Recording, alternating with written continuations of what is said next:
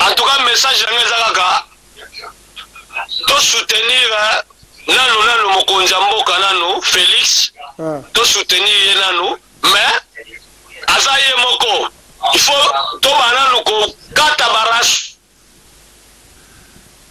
Sini oyo na pembeni na ye barasi wana ezali Jeannette eza Kanambe eza batu nyonso oyo bazosala na Kanambe oyo baolinga te Félix azwa espace ya kotravailler bien. Voilà. Biso tona problème na Félix te tona na problème na batu ya FCC na Kanambe. Tona problème na Félix te Félix aza mwana mboka a travaille bien te.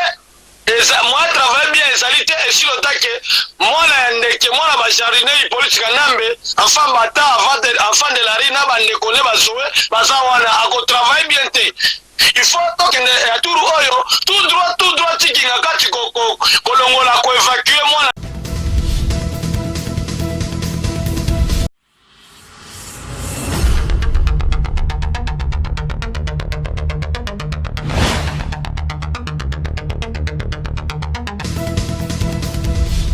Balobi, abonnez-vous massivement. Kin Elengi TV, Yangonde Makam. Kin Elengi TV. Yannick Wenge, Yonde Makam. Yomotema yomabanzo nangai. Très bientôt Yannick Wenge. Yannick. Très bientôt Yannick. Très bientôt Yannick Wenge. Yannick Wenge.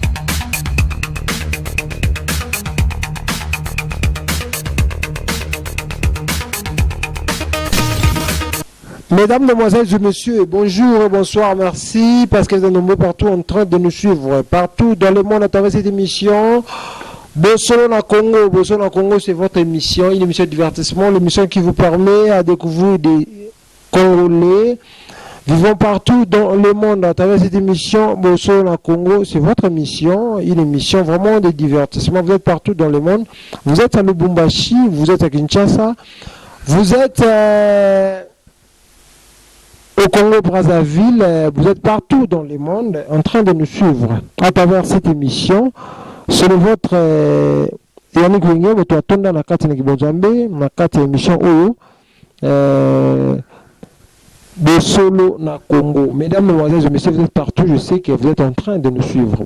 Abonnez-vous massivement. La chaîne Nabino Kin Elengi Télévision, vous ne serez pas déçus de vos informations. Aujourd'hui, je reçois pour vous le général Malila. On va parler sur marche au Samé à Kinshasa. Tout le monde va balle réel, va koufi ba kangi, ba policier ou ba betaki masasi, mesdames, Mesdemoiselles et Messieurs. Je reçois pour vous le général Malila, le fils du général Malila Makende avec lui. Vraiment, on va parler sur tout ça, l'analyse par rapport à marche au Elekilelo.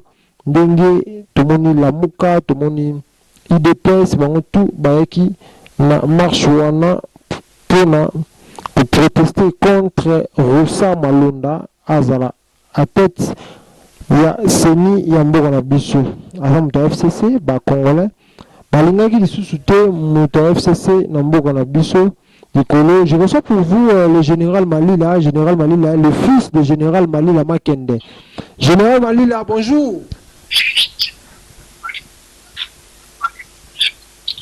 Ouais, bonjour, ça dépend du temps, bonsoir, na ba peuple congolais nyoso, Yannick Wenge Mokili Mobimba, Kin Elengi TV. Merci beaucoup, général Malila. Na minute yo marche salami lelo, tomoni ba policier ba betaki ba balle réelle, ba to misusu ba kufi, pe ba kangi ba policier wana. Réaction na ezani ni pona marche lelo, journal lelo, na absence ya président Félix Tshisekedi. Mais réaction na ezani.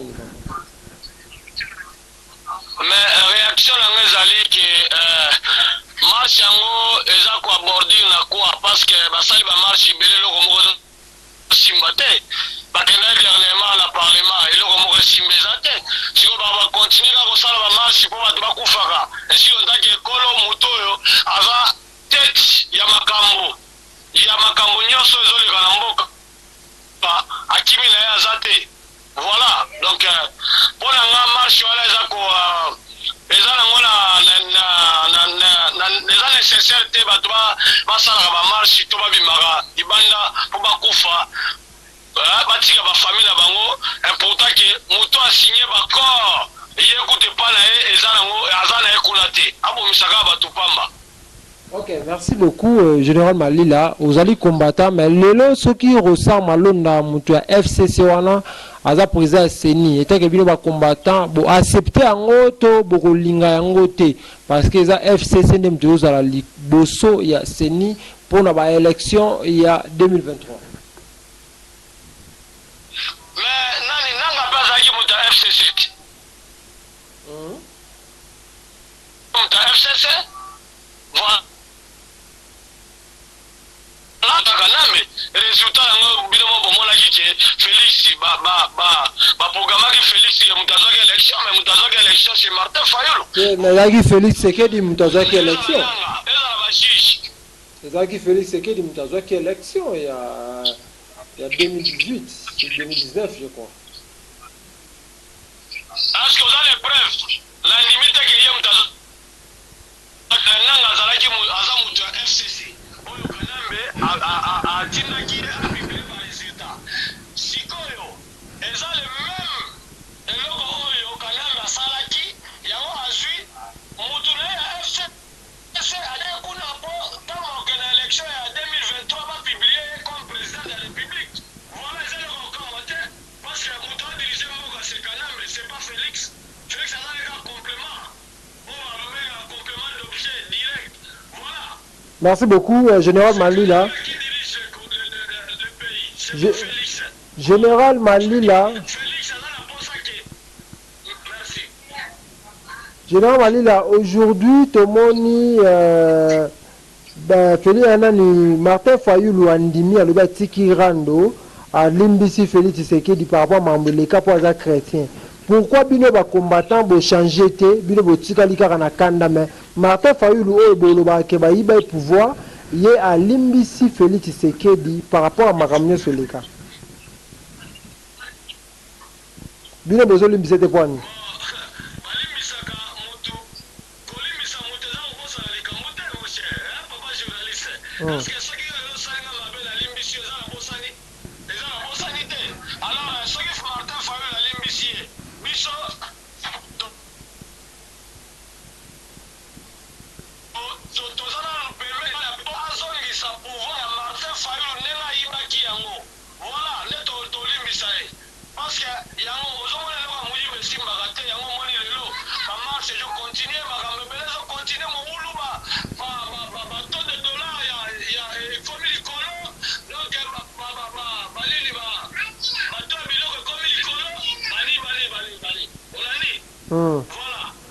Ok, merci beaucoup le général Malila. Albert Yuma, Balobi, le Baoba vient de tomber. Baouti Kotinda, mandat d'arrêt provisoirement na Albert Yuma a détourné $200,000 à Tekaba Iranium na Lubumbashi. Baouti ko salela map mandat d'arrêt provisoire. Bino ba combattant boloba ki trop ton bakanga caméra bolobi ba Albert Yuma batikali. Réaction ezanini ndenge Albert Yuma za sous map.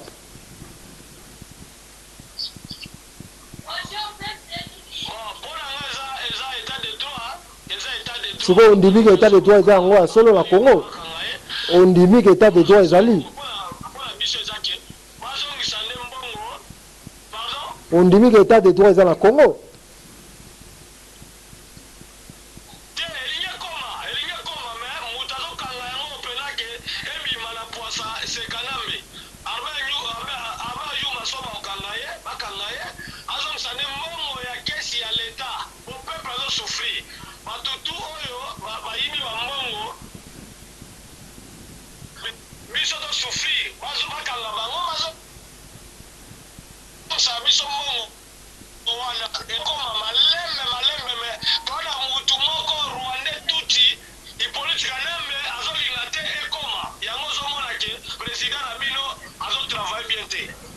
Ok, merci beaucoup. Si on a mis Chobino Bolingi, ça la Félix, ça la Joseph Kabila Nini.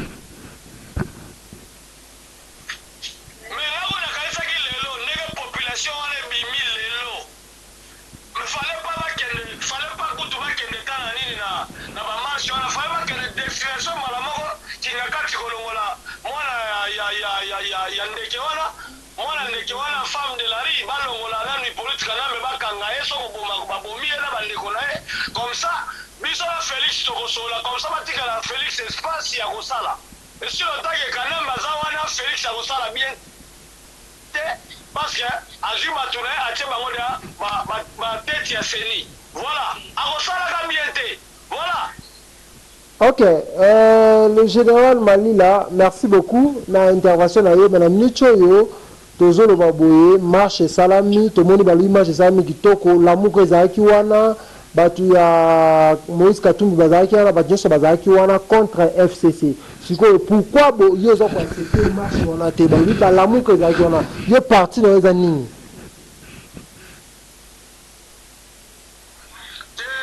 Papa.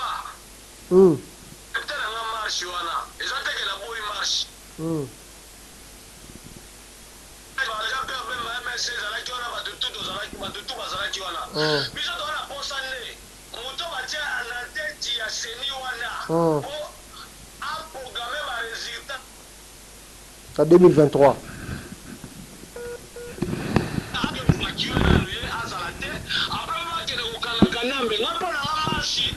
Malamu mais tozana virus moko tokosaba marche ebele mais esi lotake virus wana tokati yango te na tokati yango te tokozala toujours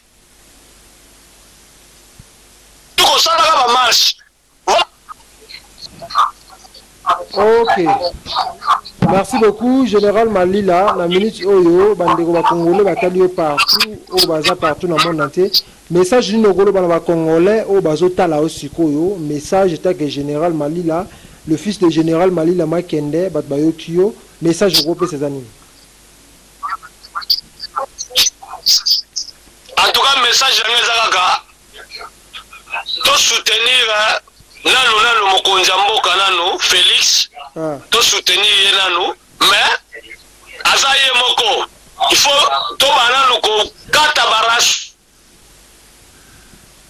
sini oyo na pembeni na ye barasi wana ezali Jeannette eza kanambe eza batu nyonso oyo bazosala na kanambe oyo baolinga te Félix azwa espace ya kotravaille bien voilà. Biso tona problème na Félix te tona na problème na batu ya FCC na kanambe tona problème na Félix te Félix aza mwana mboka a travaille bien te moi travaille bien ezali te esi lotake mwana ya ndeke mwana bajardinier politika nambe enfant bata enfant de la rue na bandeko ne bazoe baza wana akotravaille bien te.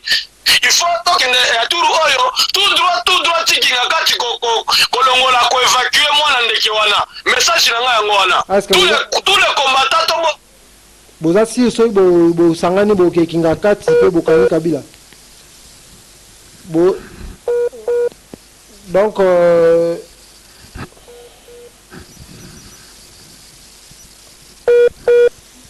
sono barankin tozala tuge.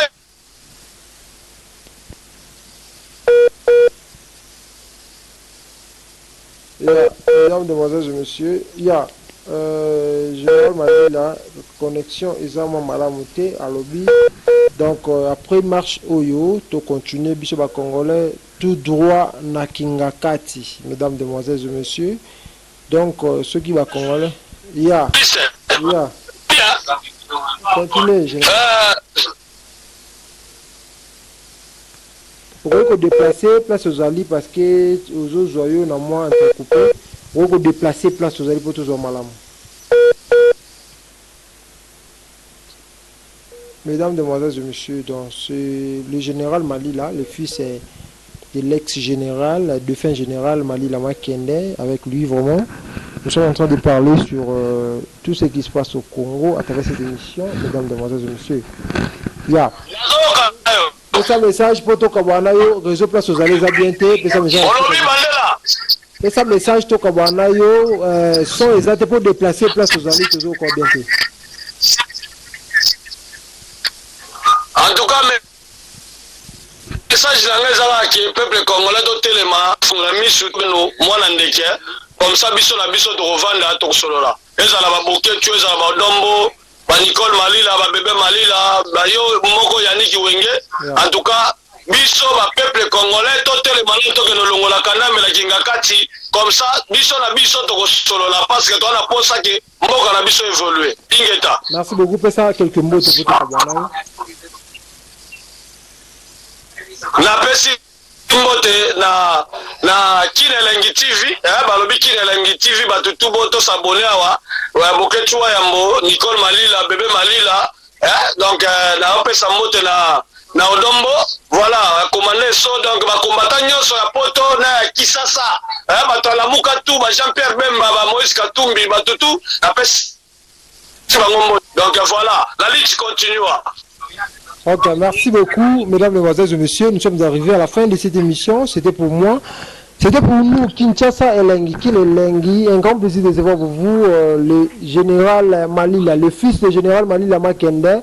Donc, sur ce plateau, Toyambi en direct, il y a Cape Town. Nous sommes ici à Johannesburg, partout où vous êtes. Vous pouvez aussi intervenir dans cette émission.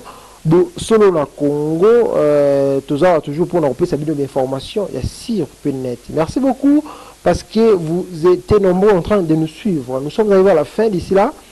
Portez-vous bien sur www.kinelengi TV avec l'espoir de vous retrouver au prochain numéro. Ciao.